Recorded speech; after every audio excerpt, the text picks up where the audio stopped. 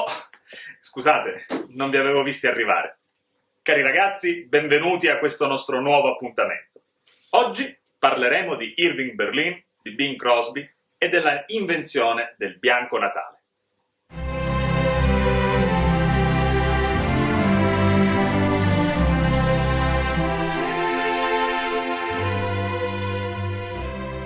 In una puntata della serie animata I Simpson, il perfido Mr. Burns, uno Scrooge tutto americano, dichiara di aver ceduto la vendita della Guernica di Picasso in cambio dei diritti di una canzone.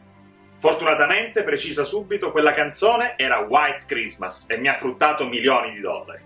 Irving Berlin, che al secolo si chiamava Israel Beilin, era nato nel 1888 nell'attuale Bielorussia.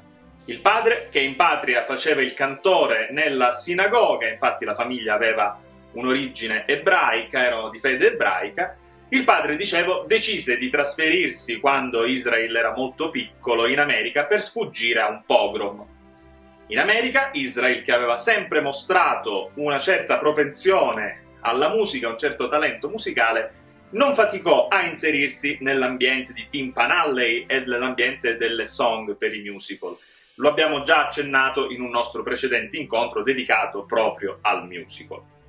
Negli anni 40, invece, come molti suoi colleghi, l'abbiamo appunto già parlato, George Gershwin, Cole Porter, anche Irving Berlin decise di trasferirsi a Hollywood, a Los Angeles, attratto dai guadagni che le case di produzione più importanti potevano promettere a questi grandi artisti.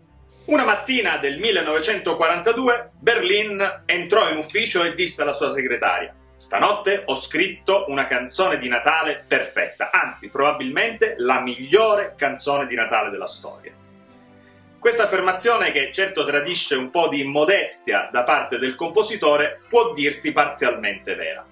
La canzone alla quale Berlin si stava riferendo infatti è White Christmas, uno dei successi natalizi più frequentati da tutti i repertori, lo vedremo, è assolutamente la canzone di Natale più coverata nella storia della musica occidentale. Questa song fu scritta da Irving Berlin per il film Holiday Inn, tradotto e distribuito in Italia con l'infelice titolo di La taverna dell'allegria. La trama di Holiday Inn è una trama che colpisce molto da vicino Irving Berlin. Si tratta di un artista di varietà in disarmo molto sfiduciato, interpretato da Bing Crosby, che decide di abbandonare le scene per aprire una locanda in Connecticut, aperta solo nei giorni di festa e chiusa per il resto dell'anno, appunto la Holiday Inn. Ovviamente in questa Holiday Inn Bing Crosby troverà un nuovo amore, ostacolato in qualche modo dal suo vecchio compagno di palcoscenico, interpretato dal grandissimo Fred Astaire. A ogni festività nella quale la Holiday Inn viene aperta, Irving Berlin dedica una canzone apposita. Viene ripescata la sua vecchia Easter Parade, compaiono nuovi successi molto noti come Happy Holiday, oppure la canzone di San Valentino Be Careful It's My Heart, e fra queste anche la canzone natalizia White Christmas. Nonostante la Paramount, la casa produttrice del film Holiday Inn, avesse dei dubbi su White Christmas, tanto che decise di distribuire come singolo tratto dal film proprio Be Careful It's My Heart, la canzone di San Valentino, l'anno dopo White Christmas vinse il premio Oscar come migliore colonna sonora originale. Ovviamente, lo stesso anno, Bing Crosby registra una versione discografica di questa canzone che viene distribuita e ottiene immediatamente un successo di pubblico planetario, tanto che nel 1947 Crosby e l'orchestra che aveva registrato la versione appunto del 42 dovettero tornare in studio per registrare una nuova versione che fosse identica alla prima, perché la matrice del 42 si era consumata per le troppe riproduzioni e ne serviva una nuova per continuare a stampare il disco. Da allora nessun genere musicale è stato esente dalla sua versione di questa song di Irving Berlin. Il jazz ovviamente ce ne ha restituite tantissime versioni, una molto interessante interpretata da Charlie Parker. Il rock non ha mancato di interpretare questa canzone di Natale, ne abbiamo una versione ovviamente di Sua Maestà Elvis Presley del 1957, ma anche una versione dei Beatles del 64. Ne abbiamo versioni molto più tardive, fino ai giorni nostri, addirittura ne abbiamo una versione punk, figuratevi dove è arrivata White Christmas. Siccome sarebbe complesso e affolleremmo questo nostro incontro se vi mostrassi il link di tutte queste versioni di White Christmas, ve le farò trovare tra le schede sotto lei, insieme ovviamente alla versione originale cantata da Bing Crosby. Il successo di White Christmas è da imputare sostanzialmente a due aspetti che riguardano questa canzone. Uno strettamente musicale, compositivo, e uno invece sociale, di ricezione. Andiamo ad analizzare il primo. La canzone di Berling si sviluppa su un'armonia estremamente semplice. La melodia poi è quasi tutta costruita su gradi congiunti, ovvero sia su note che procedono una dietro l'altra, all'inizio più cromatiche e poi assolutamente diatoniche. Una melodia semplice, molto orecchiabile, che favorisce la memorizzazione e la diffusione di una canzone. In più, Berling scrisse la melodia tutta nel registro medio, il che favoriva sicuramente Bing Crosby, con la sua bellissima voce baritonale, a mettere in atto tutte quelle tattiche della nuova corrente di canto di cui Crosby è proprio il capostipite, ovvero sia quella dei crooner, dei cantanti sussurratori, tradotto in italiano, che sfruttavano le possibilità del microfono, del nuovo mezzo tecnologico, e potevano cantare in maniera più confidenziale verso il microfono, indirizzandosi al singolo ascoltatore, piuttosto che cantare a voce piena per riempire la sala e indirizzarsi a tutto il pubblico inteso come una massa. In questo aspetto compositivo musicale dobbiamo notare un'altra stranezza di questa song. Berling, come abitudine in quegli anni, appunto ne abbiamo parlato nel video che vi citavo prima, scrive anche un verse, ovvero sia una strofa introduttiva al chorus, ovvero sia al ritornello che tutti conosciamo. Già nella versione del 42, però, sia in quella cinematografica sia in quella discografica, questo verse non compare, viene cancellato, viene eliminato. Il perché si giustifica con l'analisi del testo, ve lo mostro.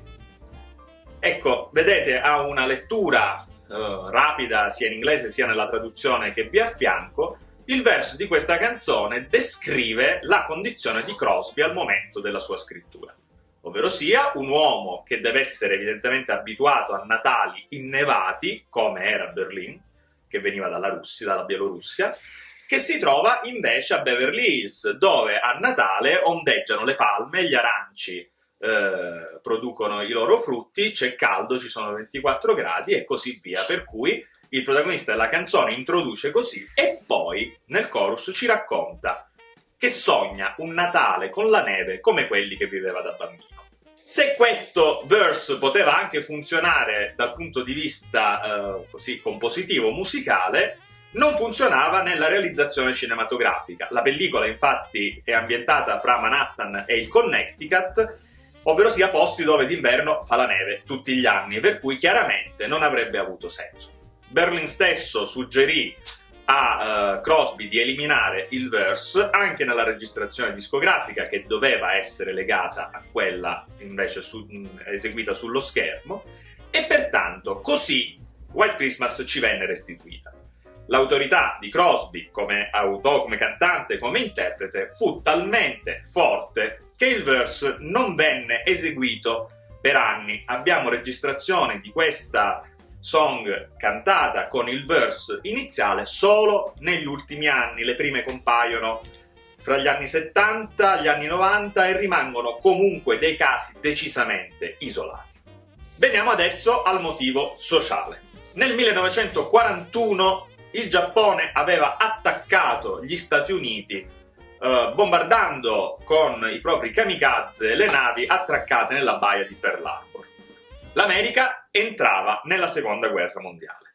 Nel 1942 la calda voce di Bing Crosby, l'arrangiamento fatto di cori e archi di questa canzone, penetrò fra le truppe americane stanziate in Asia e in Europa impegnate nel conflitto, riportando i soldati ai loro Natali intesi appunto come festività in America, in patria, e si diffuse anche fra gli europei, fra la popolazione europea che ascoltava i dischi dei soldati americani.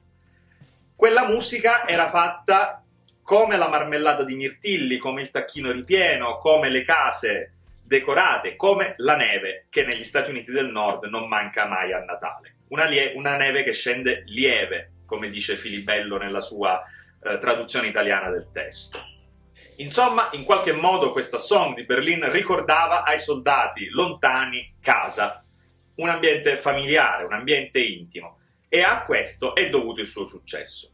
Ma non solo, ovviamente questa immagine costruisce un'idea del Natale, un'idea tipicamente americana, di quell'America che a metà degli anni 40 e all'inizio degli anni 50 riscopre un puritanesimo tipico dei WASP, i White Anglo-Saxon Protestant, ossia l'americano bianco tipico, in un'invenzione conservatrice. D'altro canto, Berlin stesso fu insignito dal presidente Eisenhower di una medaglia al valore, e proprio Berlin scrisse anche la canzone They Like Ike, dedicata al presidente Eisenhower. Questa versione così puritana del Natale, al contempo però lo snatura della sua dimensione religiosa, creandone un'immagine estremamente laica. Così come il Babbo Natale bianco e rosso, di cui io sto indossando il cappello, altro non è che il simbolo di colui che porta i regali e si distacca dall'immagine del tradizionale San Nicola. Non dobbiamo infatti stupirci se White Christmas è stata scritta da un autore di fede ebraica, per cui la canzone di Natale più famosa del mondo viene scritta da un autore di fede ebraica.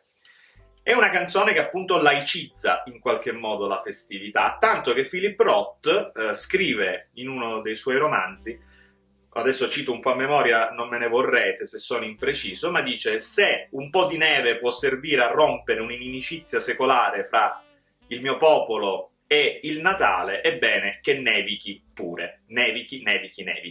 E in un altro passaggio dice: se può servire sostituire la figura di Gesù con quella di Bing Crosby, che avvenga pure. In altre parole, il Natale, grazie a questa immagine che gli Stati Uniti della fine degli anni 40 ci restituiscono, diventa un Natale laico, diventa una festa nazionale, della quale White Christmas è l'inno. Questa immagine è l'immagine che ci portiamo dietro in qualche modo ancora oggi e che si è, insieme alla canzone, ovviamente diffusa in tutto il mondo. Un'immagine del Natale sulla quale forse dobbiamo fermarci un po' a riflettere. Bene, nel ringraziarvi per l'attenzione, vi do appuntamento al nostro prossimo episodio e ovviamente vi auguro buon Natale.